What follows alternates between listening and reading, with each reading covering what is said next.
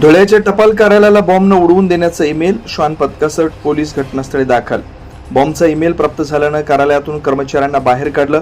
परिसरात मोठ्या प्रमाणात गर्दी.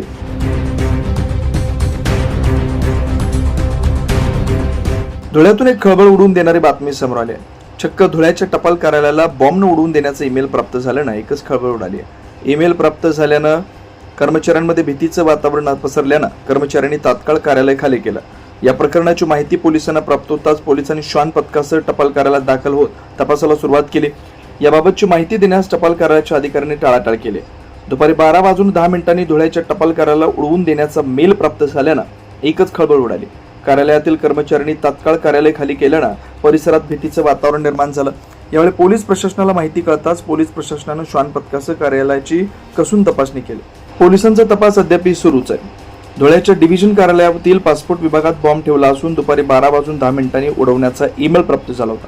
ईमेल प्राप्त होताच डिव्हिजन ऑफिसनं सर्वच ऑफिसला याची माहिती देत कर्मचाऱ्यांना तात्काळ कार्यालय खाली करण्याचे आदेश दिले होते. कर्मचाऱ्यांनी तात्काळ ऑफिस खाली केल्यानं पोलिसांनी तपासाला सुरुवात केली.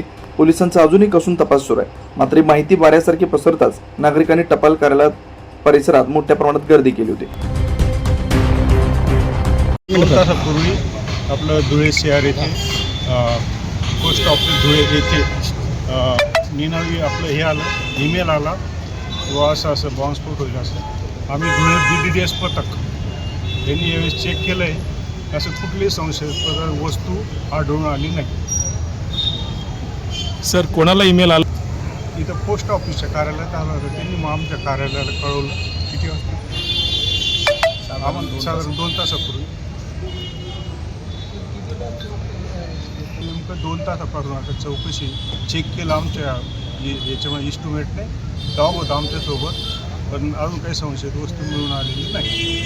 कार्यालयाच्या कुठल्या भागामध्ये आपण 2 तास? कार्यालयाचं तळमजल्यापासून तर वरच्या पोर्चपर्यंत, त्याच्या मागे आपलं पासपोर्ट कार्यालय, ते मागची समोरील पार्किंग सर्व चेक केलं. यावेळेस आत्तापर्यंत कुठलीही संशयित वस्तू. धुळे पोस्ट ऑफिसमध्ये कोणीतरी बॉम्ब असल्याची माहिती दिली असा ईमेल पोस्ट ऑफिसमध्ये आलेला आहे.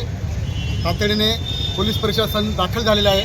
सर्व पोलीस फौजफाटा या ठिकाणी सर्व कर्मचाऱ्यांना बाहेर काढून या ठिकाणी बंदोबस्त तैनात झालेला आहे आणि शोध चालू आहे की ज्याने कोणी ईमेल केला असेल, मेल केला असेल बॉम्बच्या संदर्भात, त्या संदर्भात चौकशी पोलीस अधिकारी करत आहेत. मी एक सामान्य नागरिक म्हणून मी सर्व आवाहन करतो नागरिकांना, अफवावर विश्वास ठेवू नका.